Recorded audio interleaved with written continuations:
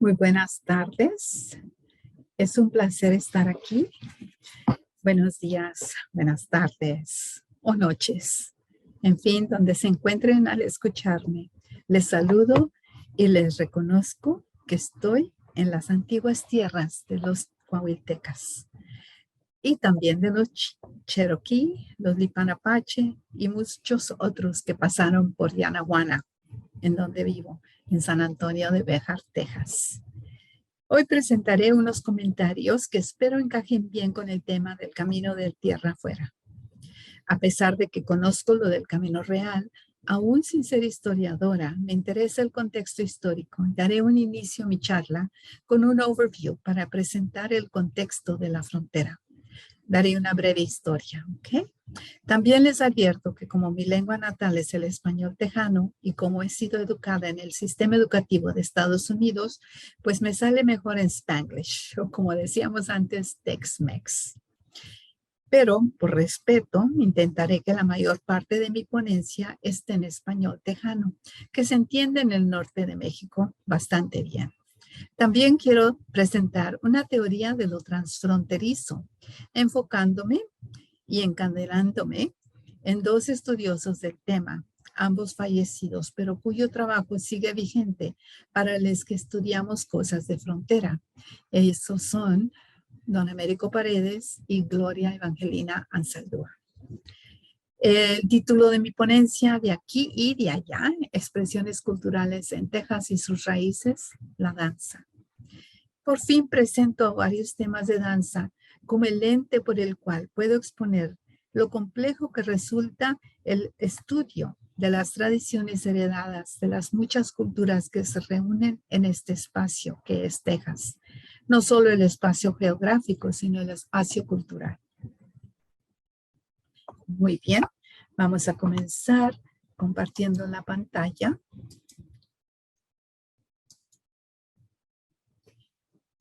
Este es un grupo de danza de Laredo, pero como voy a comenzar con la geografía y la historia. El overview que les decía, un contexto de frontera, una breve historia. El idioma que uso es el Spanglish, una teoría de lo transfronterizo como espacio cultural contra el espacio geográfico.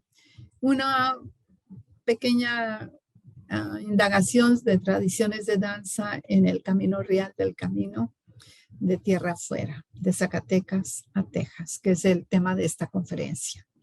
Bueno, comenzando, como pueden apreciar en este mapa, las 13 colonias originales que declaran su independencia del Reino Unido, o sea, Inglaterra, en 1766, ya para el 1783 adquiere los territorios que colindan, llegando hasta los Great Lakes. El resto de América del Norte es territorio de España, después de sin número de exploraciones y conquistadores que, after trials and tribulations, en todo el terreno más o menos, establecen la colonia, a pesar de que son más bien los pueblos indígenas que rigen o imponen los límites. Las excursiones de Cabeza de Vaca y otros entre los siglos XVI y XVIII son los fundadores de esta región. En Laredo, por ejemplo, mi pueblo, en 1755, una expedición que era parte de las de José de Escandón, de don Tomás Sánchez, establecen la villa de San Agustín de Laredo. A ver aquí. Ahí están las originales. Ahí están los territorios. Ahí está el resto, que es España. La compra de Luisiana en 1803 es resultado de que el Reino de Francia había controlado el territorio de Luisiana desde 1699 hasta que fue cedido a España en 1762. En 1800, Napoleón, el primer cónsul de la República Francesa, recuperó la Luisiana como parte de un proyecto más amplio para restablecer el imperio colonial francés en América del Norte. Sin embargo, el fracaso de Francia en sofocar una revuelta en Santo Domingo, junto con la perspectiva de una nueva guerra con el Reino Unido, llevó a Napoleón a considerar vender Luisiana a los Estados Unidos. La adquisición de Luisiana era un objetivo a largo plazo del presidente Thomas Jefferson, quien estaba especialmente ansioso por obtener el control del crucial puerto de Nueva Orleans en el río Mississippi.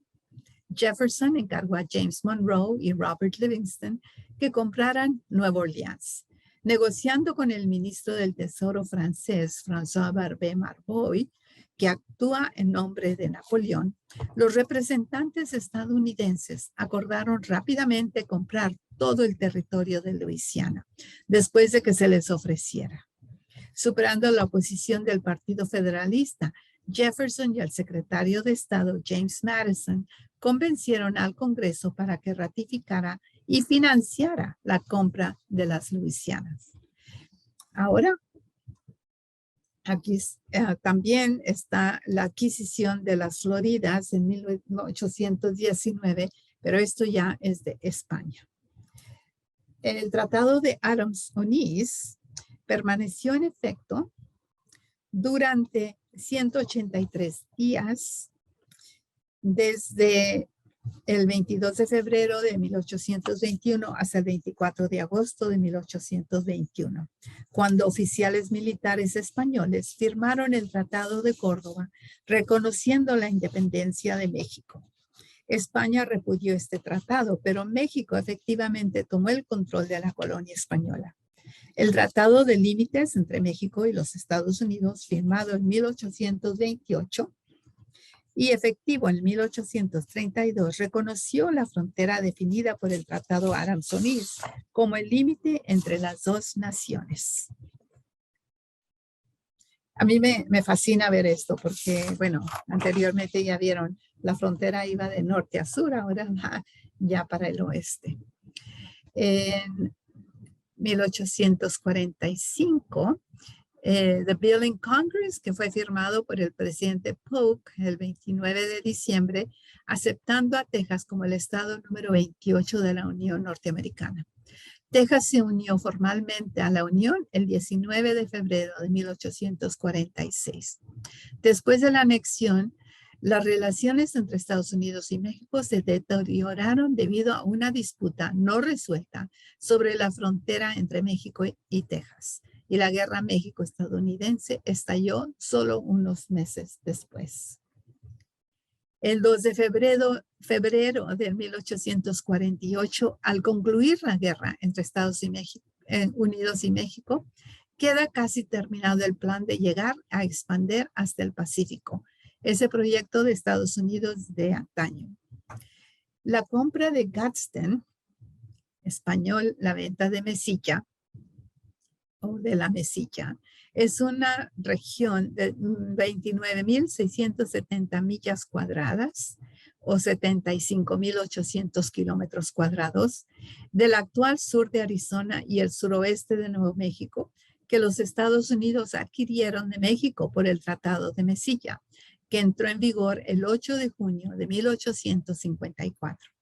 La compra incluía tierras al sur del río Gila y al oeste del río Grande, donde los Estados Unidos querían construir un ferrocarril transcontinental a lo largo de una ruta sureña que el Southern Pacific Railroad completó más tarde, en 1881 al 83. La compra también tenía como objetivo resolver otros problemas fronterizos, uno de los cuales es la población, que muchos de ellos, al establecerse en 1848 la línea divisora, deciden irse a vivir a lo que es México. Bueno, pues no mucho después encuentran que aún así están en tierras de Estados Unidos. Y así llegamos a lo que es la frontera hoy día con sus ciudades hermanas. Por favor, notar los puntos claves de Nogales, aquí, y Ciudad Juárez y Laredo. Puntos por donde lo del Camino Real que viene desde México, de Zacatecas o de la Ciudad de México, pues por ahí pasa. Ahora vamos a ver. Aquí es Laredo y ese es de donde me enfoco porque de ahí soy, porque todo mi estudio académico y creativo, porque soy novelista y poeta también, viene de allí, de esa región. Y aquí tienen una imagen del Camino Real de los Texas, que es la realidad del Camino Real de Tierra Afuera. Y se extiende entre las Adayes y México, la Ciudad de México. Las Adayes fue uno de los poblados más tempranos en lo que es ahora Texas. Igual que aquí observamos las regiones y los condados de Texas y Luisiana por los cuales podemos decir que pasa el Camino Real. Si se fijan, el sur de Texas es lo verde, lo rosita es San Antonio y Collier, Brazos sigue, y luego la región East Texas, que es la región de Caddo, de los indígenas, Caddo, y luego el verde más claro ya es en el este de Texas, que es donde está, en esa frontera entre Texas y Luisiana, están los indígenas. Ahora, los viajeros españoles, mexicanos, franceses, estadounidenses, negros e indios americanos a lo largo del Camino Real de los Texas crean una mezcla de tradiciones, leyes y culturas que se reflejan en la gente, los paisajes, los nombres de los lugares, los idiomas, la música y las artes de Texas y Luisiana hoy día.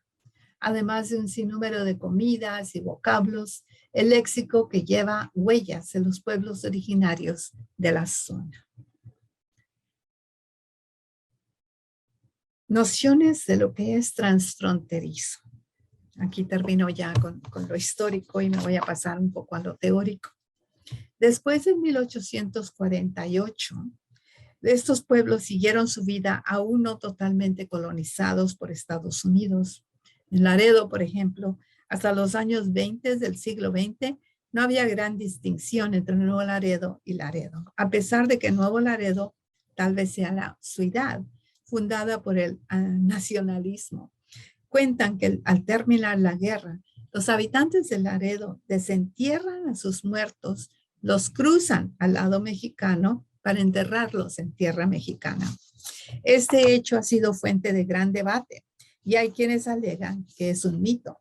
Sin embargo, lo que sí es cierto es que ambos Laredos siguen siendo gran parte mexicanos en lo cultural y en la gente. Don Américo Paredes, que ven aquí, sostiene que lo mexicano se extiende fuera de las fronteras entre Estados Unidos y México, donde esté lo mexicano. Y él se enfocaba como folclorista en la cultura. Era profesor de literatura y de estudios chicanos en la Universidad de Texas. Y él es el que nos da la palabra, el léxico Greater Mexico. También Gloria Anzaldúa aporta al desarrollo de una teoría de transfronteras con su libro Borderlands, la frontera. Yo lo traduje al español mexicano en el 2015 y se puede conseguir por medio de la UNAM, del programa. Ese fue publicado por el programa de estudios de género. Y existe otra traducción al castellano publicado en España. Al decir que la frontera es una herida abierta, Anzaldúa pone el dedo en la llaga, por así decirlo. Esa frontera establecida en el 1848 ya tenía su anterioridad. No es coincidencia que el Camino Real siguiera por lo que es luego la frontera, puesto que la geografía se presta para el cruce del río Bravo al establecer las ciudades en el sur de Texas a mediados del siglo XVIII, ya que se está desarrollando una cultura e identidad única de la región. Recuerden el mapa que vimos anteriormente, donde Nogales, El Paso y Laredo eran puntos de frontera claves para los caminos. Además que los tlaxcaltecas que vienen con las expediciones desde Zacatecas aportan igual sus costumbres y tradiciones, enriqueciendo y complicando esa identidad. El Tratado de Guadalupe Hidalgo establece la frontera, pero la franja fronteriza sigue siendo una cultura. El habla, la comida, las costumbres, todo el sincretismo que ocurre en esa frontera nos da esa nueva cultura. Ahora bien, vamos a pasar a matizar un poco las tradiciones de danza y baile, cómo se realizan en esta zona. Primero, la cuestión de bailes y fandangos. Elementos sociales, seguro, que conllevan estos eventos pueden ser señales o signifiers, para usar el término de la semiótica, para diferenciar la región cultural del camino real.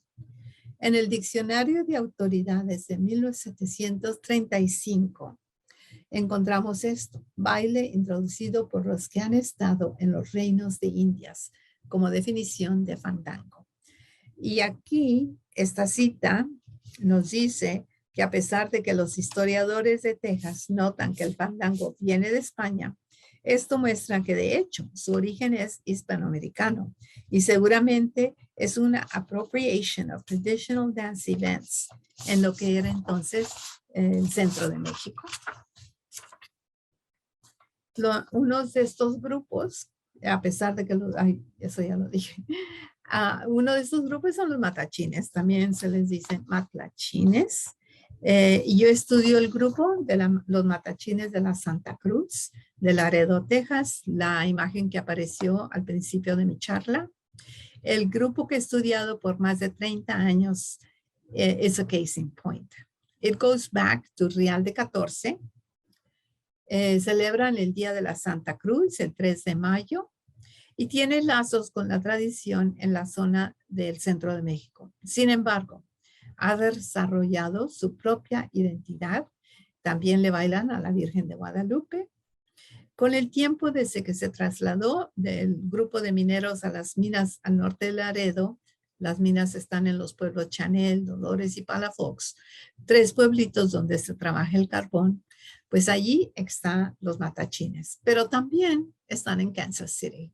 Y voy a hablar un poquito de eso, pero solamente celebran el Día de la Virgen de Guadalupe. Aquí está el grupo en 2018, cuando celebraban 80 años de estar en Laredo, puesto que se habían venido de los pueblos mineros cuando las minas se cerraron. Estas son fotos, son las más recientes. Desde el COVID la fiesta ha tenido que cambiar. Aquí está la procesión que venía del barrio de Santa Cruz a la iglesia de Holy Redeemer. Como pueden ver, los danzantes dirigidos por los capitanes llevan en una tarima a la cruz vestida. Los matachines de la Santa Cruz de la Ladrillera. Se dicen de la Ladrillera porque en ese barrio existió en una vez, cuando se vinieron ellos de Chanel, Dolores y Palafox, una fábrica de ladrillo y ahí trabajaban. Pero desde Real de 14 a las minas y luego a Laredo, Texas, del 38. En 1987, el grupo estuvo en el Smithsonian Folklife Festival en Washington, D.C., representando las tradiciones de danza del sur de Texas. Y en 2020 se les otorgó el National Heritage Award por continuar una tradición de muchos tiempos, por tanto año, y por la calidad de su trabajo. Estos matachines de la Santa Cruz, creo que voy a poder enseñar el video, tal vez no. Este es lo que ha pasado con el COVID, que no se pudo presentar. ¿Qué pasó?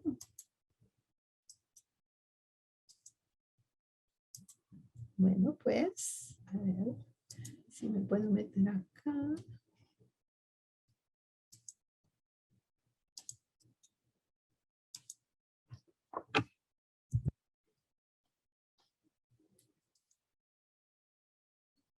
Parece que no se va a poder. ver. Lo pueden encontrar en YouTube, es de el National Endowment for the Art. No, parece que no está aquí. Bueno, pues voy a ver si puedo.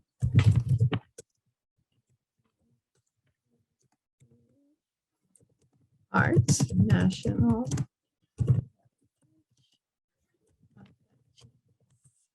Perdone, porque sí lo intenté anteriormente y funcionó muy bien. Bueno, aquí está, así que espero que lo puedan ver.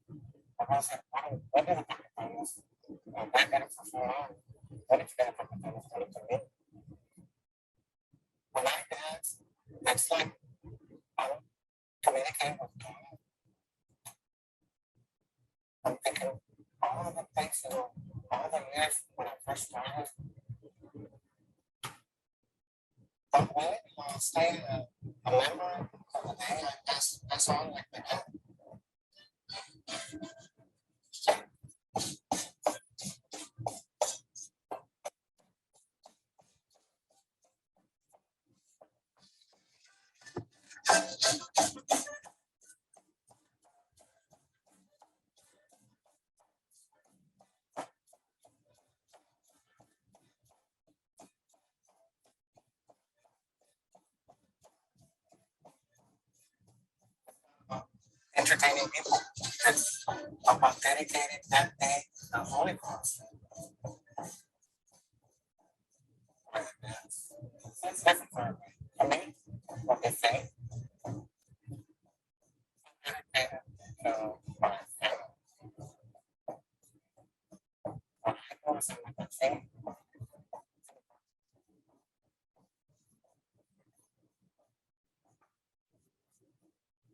Somebody comments, somebody will pick up the phone. If someone is unable to dance, they're going to find a little list that they're going to fit in into this big organization of opportunities.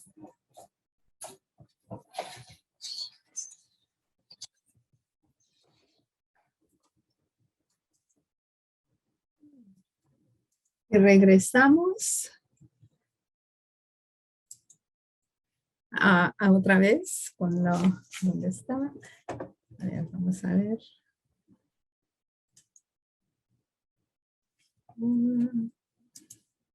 Creo que aquí era. Y eso fue ahora el 2020 cuando se les otorgó el premio. Ahora bien, vuelvo a lo de Greater Mexico. Pues gracias a un cargo de la Benemérita Universidad Autónoma de Puebla y el programa de etnocoreología, pudimos investigar la tradición en Kansas City, bastante más al norte de la ruta del Camino Real, pero que en nuestros tiempos establece otro tipo de ruta, ya no del rey o la reina, sino causado por la inmigración. Estas son imágenes de ahí de los matachines de la Santa Cruz en Laredo. Ese fue el 2019, la última vez que se hizo una fiesta en grande. Ya los que vieron en el video había algo histórico y luego esto. También tenía unas imágenes históricas que no sé por qué no están aquí, pero por todo Greater Mexico está la tradición de matachines en el suroeste, desde California, Nuevo México, un poquito diferente, pero le dicen matachines también, en el medio oeste, que es en Chicago, en Kansas City y en Nueva York. Así que en todo Estados Unidos, donde hay mexicanos o gente de origen mexicano, allí están los matachines. Esto es en Kansas City. Aún antes de la inmigración más reciente, podemos encontrar que los pueblos chicanos, o sea, no necesariamente los inmigrantes, sino aquellos que ya vivían en Greater Mexico, tienen vínculos con las tradiciones mexicanas. Aquí está otra imagen en Kansas City. Ese grupo era de Michoacán, creo. Esta es otra danza, Reina de México, allí en Kansas City también. Esto fue para el Día de la Virgen de Guadalupe, el 2017. En Kansas City, Kansas, porque Kansas City hay Kansas City, Missouri, Kansas City, Kansas, y hay grupos en ambos. La danza azteca, aquí hay otro video, pero no lo voy a mostrar. Nada más para decir que se introduce la danza azteca a esta zona por el mismo camino de México. El maestro Andrés Segura y el maestro Florencio Yescas llevan la tradición de la danza azteca a Texas y a California en los años 60 y principios de los 70. La danza azteca o danza de concheros les brinda a las chicanas y los chicanos una poderosa conexión con México, to their cultural past, su pasado cultural. Chayayotes, ayayotes, chalcahuites y el vestuario en sí son partes de esa recuperación. La tradición sigue vigente en Greater Mexico, en Fort Worth, en San Diego, California, en Albuquerque, en Tucson, en todos los pueblos que aparecían en ese mapa que presenté con los caminos reales hasta Santa Fe. En todos esos existen estos grupos de danza. Este es una danza en Chicago. Yo lo voy a mostrar. No es muy largo, pero es una presentación en un high school.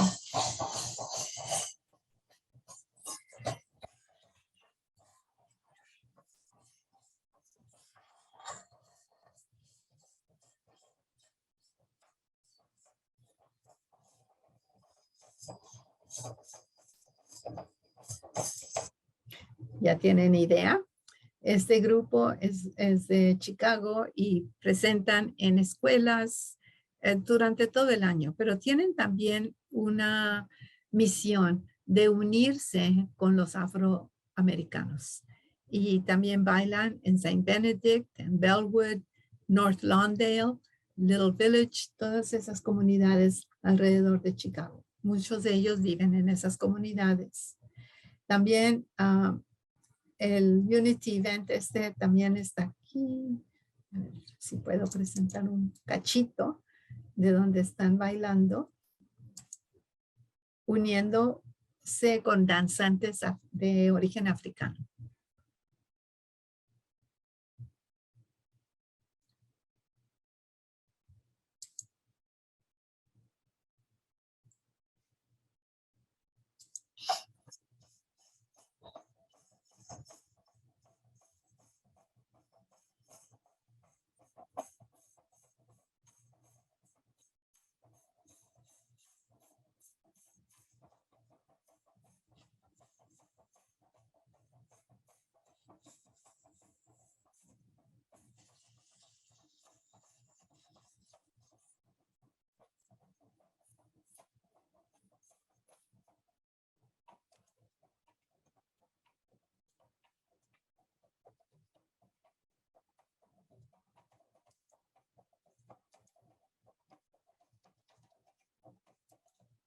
Así que ya tienen una idea de cómo es eso, de qué es lo que están haciendo, ¿verdad?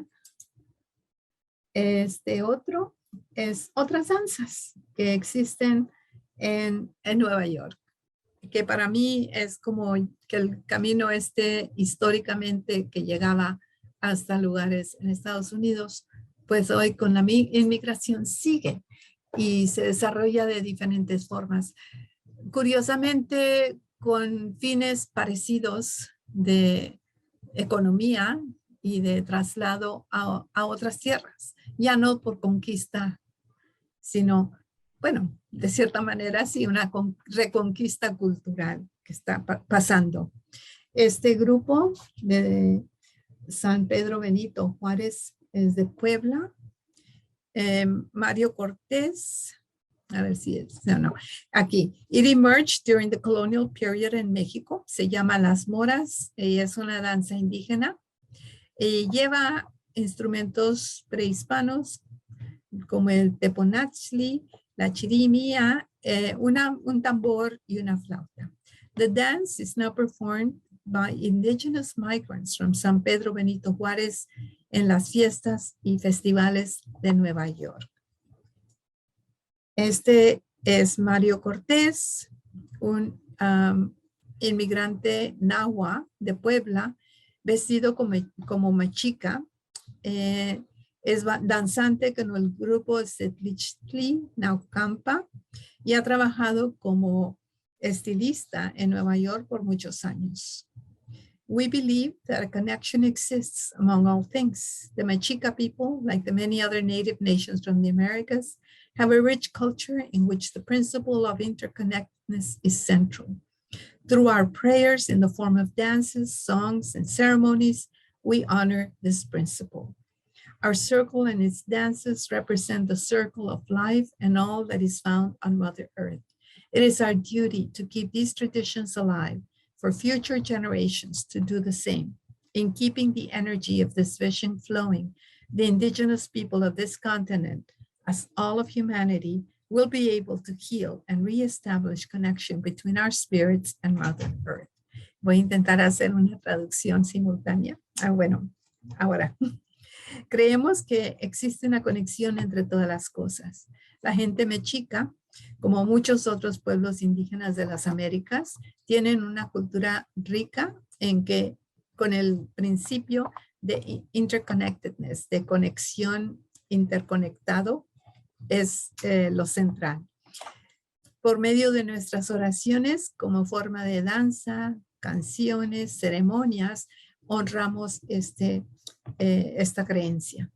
Nuestro círculo y sus danzas representan el círculo de la vida y todo lo que se encuentra en la Madre Tierra.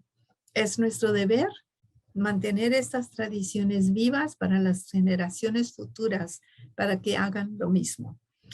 Manteniendo la energía de esta visión, los pueblos indígenas del continente y de toda la humanidad tendrá la capacidad para sanar y restablecer conexiones entre nuestro espíritu y la madre tierra.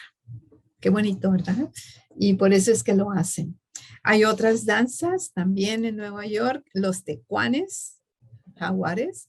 Recién llegados a Nueva York en 2018, la familia de Jeffrey se integra al grupo de tecuanes. En la danza, la mitología mixteca se destaca en la batalla entre tecuán y los humanos. Y se recrea, así como en la danza del venado, el tecuán es perseguido, cazado hasta la muerte. Demetrio, un inmigrante de Puebla, le contó esto a una periodista del New York Times, que es de donde saqué yo las fotos. A la mano derecha está el tecuani en la fiesta de carnaval, que es un mixteco, pero este es en Williamsburg, en Brooklyn. Bueno, algunas conclusiones.